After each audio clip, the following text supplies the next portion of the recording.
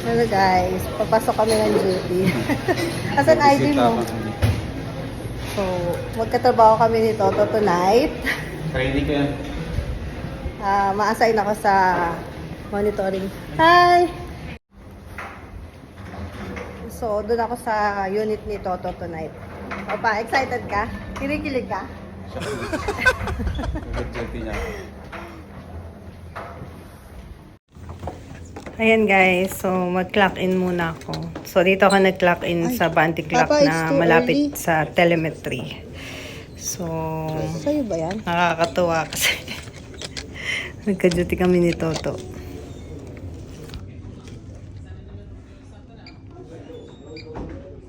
Okay.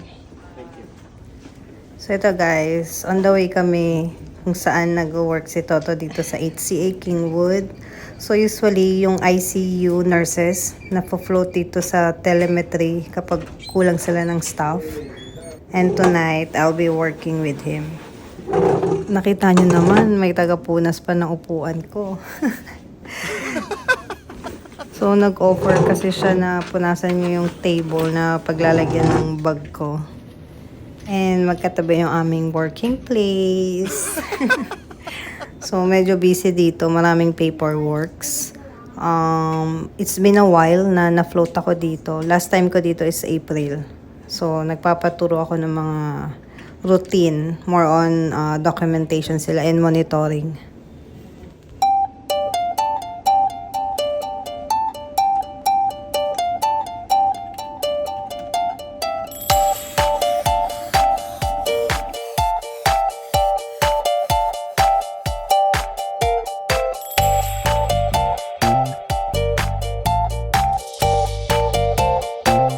Kaduty ko rin yung cousin ko. Same kami na hospital.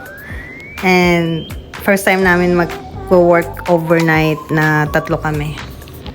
Antok na si Sir. Sir Christopher.